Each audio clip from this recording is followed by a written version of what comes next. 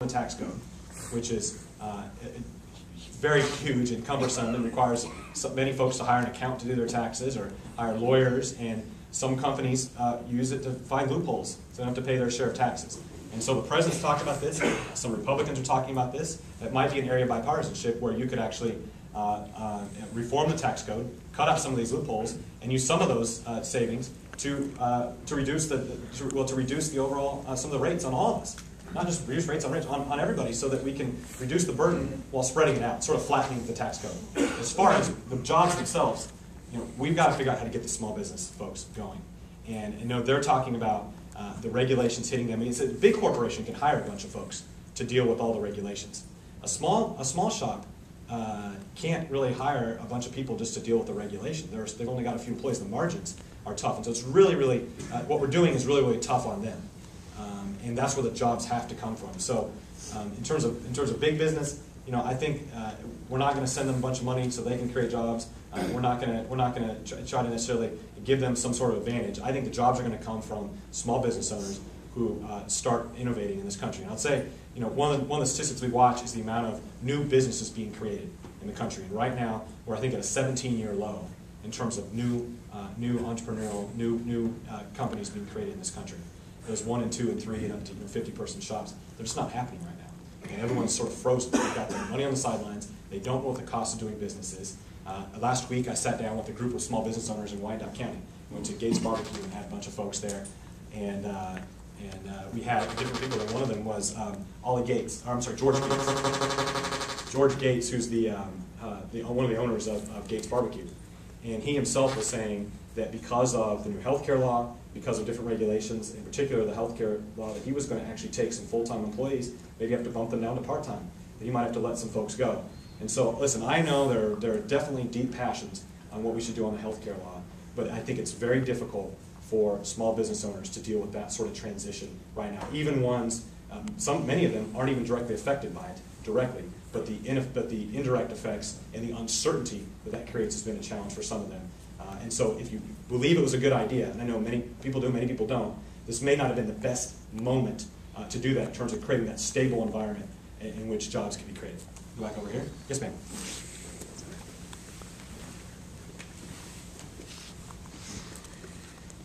Thank you. I'm a small business owner. Thanks for being here.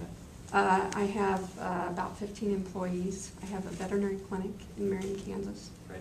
And my concern is that I think that the problem with the economy has been misdiagnosed. It seems to me that we spend a lot of time talking about the debt, and I haven't heard anything about jobs. And as far as I'm concerned, the main thing that's going to affect whether or not I hire someone is the number of people coming through my door. And the number of people coming through my door is directly proportional to those that have jobs, good paying jobs. And so I hear you talk about a balanced budget amendment and that sort of thing. And I'm not an economist, I don't know if that's a good idea, but I do know that when you cut government, you are cutting people's jobs. Those are people's jobs. And those are good jobs, actually. So you've talked about the debt. I haven't heard you say anything about how you're going to get more jobs, more good jobs. Great, thank you. Well, I'll go back to the conversation we had here and some of the comments, just a question just before you, in terms of folks like you, small business owners. And they're diverging opinions, certainly in any group. I've talked to small business owners, one issue we haven't talked about yet today, who are having trouble being able to borrow money to expand their businesses because of some of the rules and regulations on our community banks.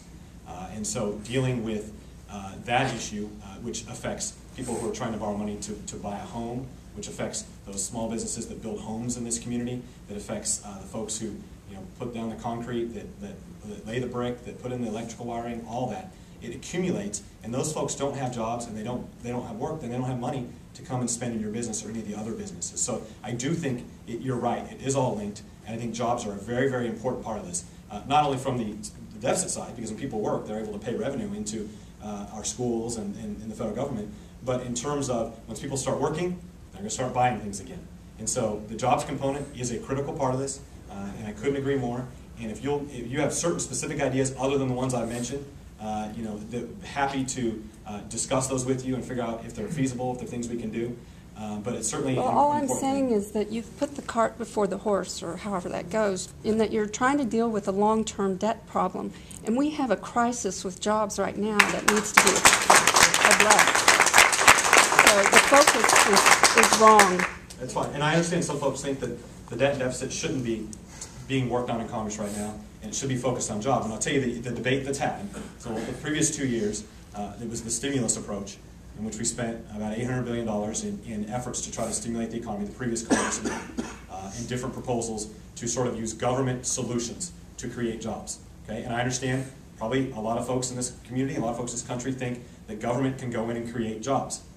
I think all those jobs are inefficient and they're a net drag on the economy.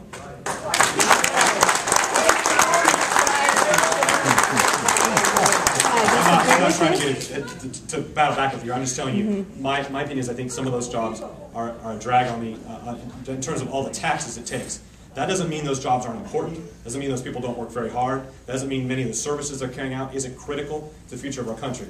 Now, I'm not saying we go and wipe out all those folks. In fact, government at the federal level has grown in many cases in the number of employees, the number of agencies. It keeps growing and growing and growing. So there also is a difference when you're talking about local communities, local schools, versus the big federal government that keeps adding and adding and adding and adding more bureaucrats. And a lot of folks don't see how those bureaucrats help them here at home. Back over here, yes, sir. I could address many issues with you. I guess the main concern and request I have from you, being a representative, is that the level of leadership, and I would hope that you would exhibit and grow into a leader that has a sense of integrity, honor, and reputability, and is open and is able to compromise. I guess my concern about present state of Congress and the political arena is we've been under so much angst for so many years that it would be nice to see leadership have some sense of passion and some sense of vision. I have my letter here that I'm not sure if you actually read it. I got a pat response about the debt ceiling, multiple issues I'll read for you. But I guess I would like to see you turn into a leader, kind of like, I don't know if people here, since we're in Kansas, are familiar with the Kansas City Public Television documentary on Jerry Litton. 37 years ago, dialogue with Litton. He's a congressman.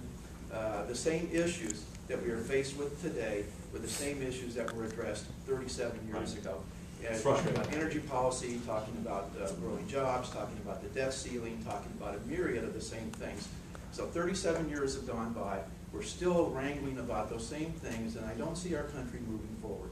It would be nice if you all could sit down, listen, and then take some ideas and work together. That's all I ask of you, and I would like to see you grow into that sort of character and that sort of reputability. Great, thank you. I would hope the same thing. Thank you, sir. Yeah, thank you. Thank you very much. So we'll go over to the back room. Yes, sir, the white shirt there. Yes, I'd like to, Congressman, I would respectfully like you to consider the fact that 10 years ago, we had a surplus budget. 10 years ago, we began this decade of tax cuts for the wealthy.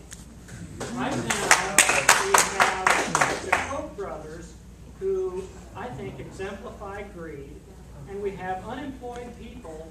If they have a little bit of greed by getting through re-regulating our banks, re-regulating the way that businesses operate, in addition to the tax cuts, and I'm all for tax cuts, we have to have a compromised, a balanced approach to this whole thing.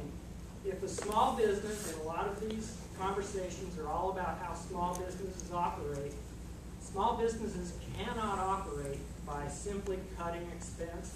They have to consider new forms of revenue. Congressman, would you consider new forms of revenue? Well, I appreciate the question. Let me deal with the first part in terms of your point about people listening to each other. It's the same point made over here. I couldn't agree more.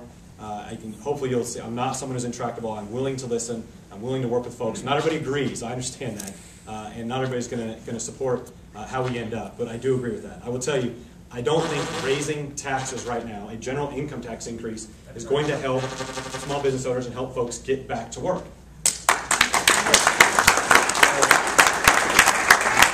think at the end of the day, what we need is more taxpayers. We need more people working, not higher taxes.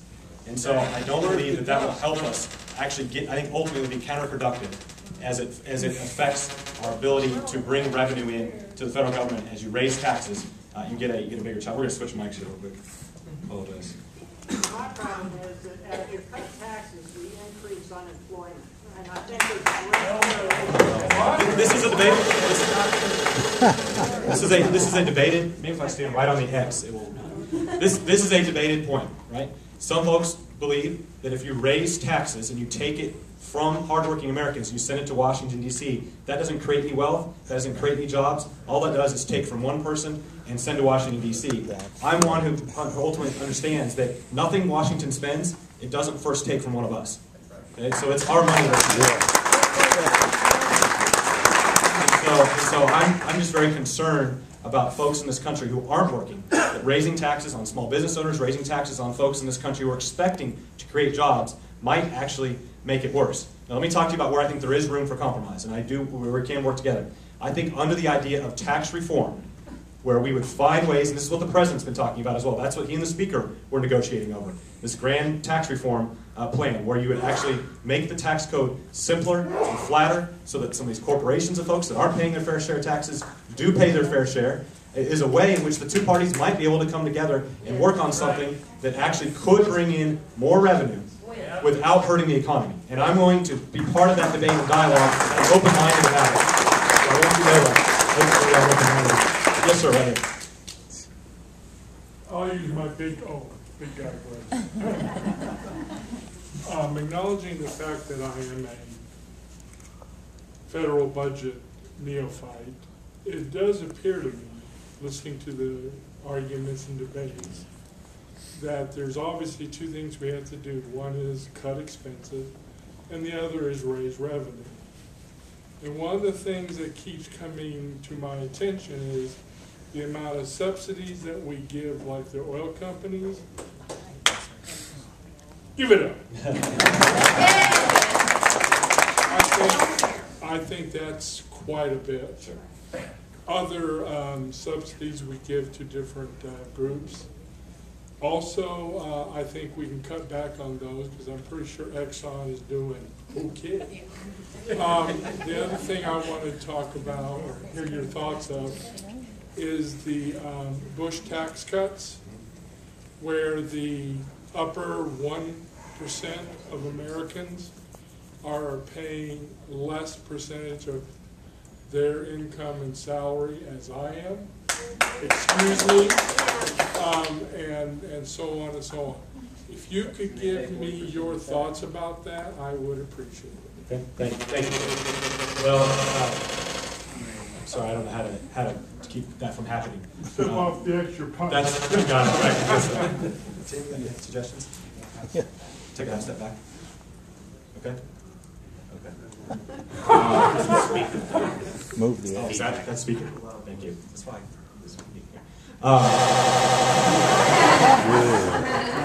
Hey, that was my question. Yeah, right. I'm not trying to. It's a government-run sound system. Yeah. Okay. We're going to keep this lighthearted. We're going to keep this lighthearted and fun. We're all Americans here. We're all going to work together to solve these problems, okay? And we may disagree. We're going to do it in a way, because you know, at the end of the day, the reason many people are so passionate in this room and across the country, because we all care a heck of a lot about the United States of America. And we're honestly a good country.